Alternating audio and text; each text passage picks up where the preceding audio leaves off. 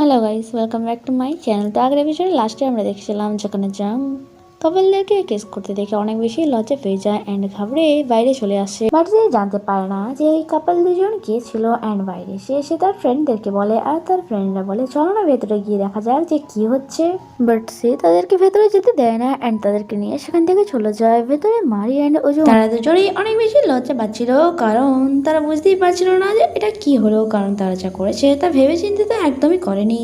এখানে ওজুর লিপস পরিষ্কার করে মারি, এরপর বাসায় ফিরে ওয়েডিং ফটো লাগাচ্ছিল দেওয়ালে অ্যান্ড এখানে হ্যামারের দরকার পড়তে তারা যায় সেক্রেটারির কাছে অ্যান্ড সেক্রেটারিও তাদেরকে হ্যামার দিয়ে দেয়। হ্যামার দিয়ে জিজ্ঞাসা করে, ওজু তোমার বিজনেস কেমন চলছে? মারি আমাকে বলেছিল যে তুমি নাকি খুব ব্যস্ত থাকো অ্যান্ড নাইটে কাজে যাও। ওজু বলে হ্যাঁ আমার কাজটা ঠিক এমনই। এখানে সেক্রেটারি বলে তোমার দুজনে কি আমার সাথে বেরোবে? আমি জাস্ট ওয়াকে যাবো অ্যান্ড তারা দুজনেই মানা করে দেয় আর বলে আমাদের অন্য কোনো প্ল্যান আছে অ্যান্ড তারা একে অপর জড়িয়ে ধরে যাচ্ছিল, যেমন কি তাদের থেকে হ্যাপি কাপল এই কলোনিতে নেই। আর সেক্রেটারি তো তাদেরকে শুধুমাত্র দেখেই যাচ্ছিল। নেক্সট ডে অফিসে যা ওজুকেই দেখে যাচ্ছিল, তখন তার এক এমপ্লয় তার কাছে এসে বলে কি হলো তুমি এভাবে ওজুকে কেন দেখছো? সেটাকে বলে অ্যাকচুয়ালি কাল আমি ওজুকে ওয়েডিং ফটো শুট করতে দেখেছিলাম। এখানে তার কলিগ বলে কি বলছো তুমি, ওয়েডিং ফটো? বাট সে তো এখনো সিঙ্গেল। জাঙ্ক বলে অ্যাকচুয়ালি আমি যখন ওখানে গিয়েছিলাম তখন ওই কাপল কিস করছিল, তাই আমি ঠিক করে ফেস দেখতে পাইনি। আর তার তিনজনে এই স্টোরিতে অনেক বেশি ইন্টারেস্ট নিচ্ছিল, যখন কি সেখানে বসে থাকা মারি তো ভয়ে কাঁপছিল যে যদি তারা সত্যিটা জেনে যায় তাহলে কি হবে। তখন জাঙ্ক এখানে ফটো দেখে বলে আরে এই মেয়েটিকে তো সাইড থেকে একদমই মারির মতো দেখতে, যা শুনে তো মারি অনেক বেশি ভয় পেয়ে যায়। অ্যান্ড তারা তিনজনেই ডিসাইড করে যে তারা ফটোশপে কল করে জিজ্ঞাসা করবে যে কাল ওখানে কারা কারা গিয়েছিল ফটোশ্যুট করানোর জন্য। তখন সেখানে ওজু চলে আসে। এরপর মিটিং শেষে মারি অ্যান্ড ওজু এক জায়গায় বসেছিল, যেখানে আমরা মারিকে দেখতে পাই সে অনেক বেশি ভয় পেয়েছিল। বাট ওজু তাকে বলে চিন্তা করার কিছু নেই, কারণ ফটোশ্যুটে আমি আমাদের নাম ভুল দিয়েছি। যা শুনে মারি নিশ্চিন্ত হয়, বাট তারা অনেক বেশি লজ্জা পাচ্ছিল কালকে কিসের কথা হেবে। এখানে ওজু বলে দেখো আমি জাস্ট একটুই কেস করেছিলাম, বাট তুমি যে আমার উপর যেন চড়ে বসেছিলে। মাই বলে আচ্ছা এখন আমার দোষ, প্রথম কেস কে করেছিল? ওজু বলে হ্যাঁ সরি, বাট অ্যাকচুয়ালি আমি জেনে থেকে নিজেদেরকে বাঁচানোর জন্য এমনটা করেছিলাম। ওজু বলে সব ছাড়ো, তুমি আমার একটা হেল্প করবে? অ্যাকচুয়ালি আমার গ্র্যান্ডমার তোমার কাজ খুব ভালো লেগেছে, তাই উনি তোমার সাথে দেখা করতে চায়। যা শুনে মারি অনেক বেশি হ্যাপি হয়ে যায়। মারি অফিসে এসে তার কলিগ ফ্রেন্ডকে সমস্ত কিছুটা বলে, যা শুনে তার ফ্রেন্ড বলে দেখো বেকারির ওনার তিনি অনেক বেশি দয়ালু অ্যান্ড তার সাথে সাথে পরিশ্রমী। মারি অনেক বেশি এক্সাইটেড ছিল নানির সাথে দেখা করার জন্য। অন্যদিকে আমরা গ্র্যান্ডমাকে দেখি, যিনি আঙ্কেলকে ফিউনারের ব্যাপারে জিজ্ঞাসা করলে আঙ্কেল বলে সবকিছু একদমই ঠিকঠাক ছিল, বাট আপনাকে আমি একটা কথা অনেকদিন ধরেই বলবো ভাবছিলাম, বাট বলা হয়নি, তার আগেই সব কিছু হয়ে গেল। অ্যাকচুয়ালি ওই এমপ্লয় আমাদের সাথে ফ্রড করছিল, যা শুনে তো গ্র্যান্ডমার বিশ্বাসই হচ্ছিল না যে এত পুরনো এমপ্লয় অ্যান্ড তার সাথে সাথে সে কত সদস্যের সাথে এতদিন কাজ করে গিয়েছে, সে এমনটা কি করে করতে পারে। ওয়েল আঙ্কেল বলে দেয় এই কথাটা এখানেই ধামাচাপা দিয়ে দেওয়াই ভালো হবে। নেক্সট সিন আমাদেরকে ফ্যামিলি ডিনারে দেখানো হয়।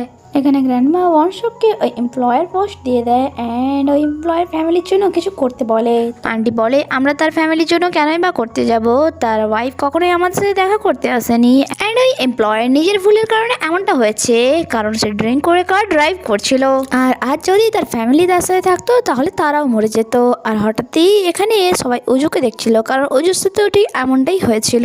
উজু স্যাড হয়ে সেখান থেকে উঠে চলে যায়। গ্র্যান্ডমা আন্টিকে বকা দিচ্ছিল যে তার সামনে কি এইসব বলা দরকার ছিল, আগে থেকে তার সামনে এমন কথা বলবে না। ওয়ানশুক বলে হ্যাঁ সে অনেক বেশি ইমোশনাল অ্যান্ড তার সাথে সাথে উইকও। ছোটবেলায় আমি তার কাছ থেকে একটা ডল নিয়ে নিয়েছি, তার জন্য সে কি না কান্না। এরপর আমরা ওজুকে দেখি যার হাতে ওই ডলটি ছিল অ্যান্ড সেটা ওই মেয়েটি যাকে দিয়েছিল যখন তার অ্যাক্সিডেন্ট হয়েছিল। সিন পাস্টে শিফট হয়, যেখানে আমরা দেখি অ্যাক্সিডেন্টের পর ওজু বাইরে এসে হেল্প চাইছিল, তখন তার সামনে এক ট্যাক্সি এসে দাঁড়ায় যার মধ্যে একটি ছোট মেয়ে অ্যান্ড তার ড্যাড বসেছিল। তারা পুলিশকে ডাকে আর আমরা জানতে পারি এই ছোট মেয়েটি তাকে ওই টেডিটি দিয়েছিল যা তার ড্যাড তাকে বার্থডেতে গিফট দিয়েছিল। তখন সেখানে ওজুর গ্র্যান্ডমা অ্যান্ড আঙ্কেল চলে আসে। ওজু দৌড়ে তাদের কাছে চলে যায়, বাট পেছনে ঘুরে যখন তাকায় সেখানে ওই মেয়েটি ছিল না, শুধুমাত্র ওই মেয়েটির টেডি পড়েছিল সেখানে। পুলিশ স্টেশনের বাইরে আবার ওজু ওই মেয়েটিকে দেখতে পায় যে অনেক বেশি কান্না করছিল ওজুর ড্যাড আর মমের মৃত্যুর খবর শুনে, কারণ সে ভাবছিল যে এখন ওজু কি করবে, কারণ সে তো এত ছোট।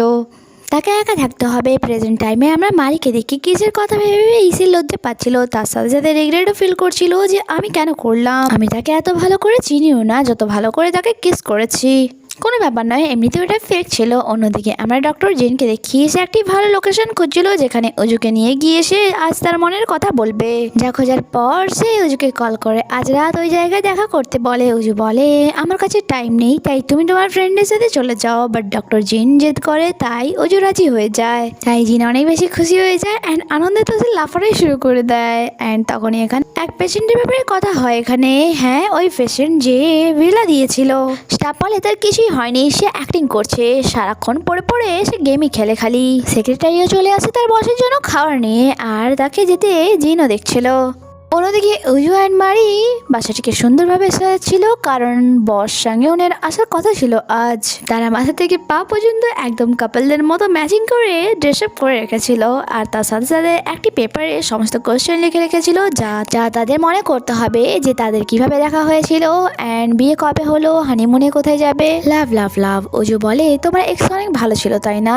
মারি বলে একদমই নয়, আমি যা ইনকাম করেছিলাম সমস্তটাই তাকে দিয়ে দিয়েছি, ইভেন তো আমার মমের জমানো টাকাও তাকে দিয়ে দিয়েছি। উজু বলে তোমার তার সাথে কি করে দেখা হয়েছিল?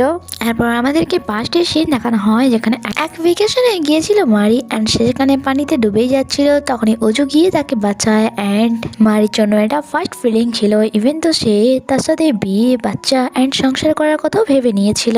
আর তারপর আপনারা তো জানেন যে সে কিভাবে তার জালে ফেসে গিয়েছিল, যা ভেবে সে প্রেজেন্ট টাইমে রিগ্রেট ফিল করছিল। উজু বলে তুমি মন খারাপ কেন করছো, দেখবে তোমার লাইফেও এক পারফেক্ট পার্সন আসবে। অ্যান্ড এখানে এই এপিসোডই শেষ হয়। আগে কি হয় তা জানতে স্টে কানেক্টেড। Bye bye.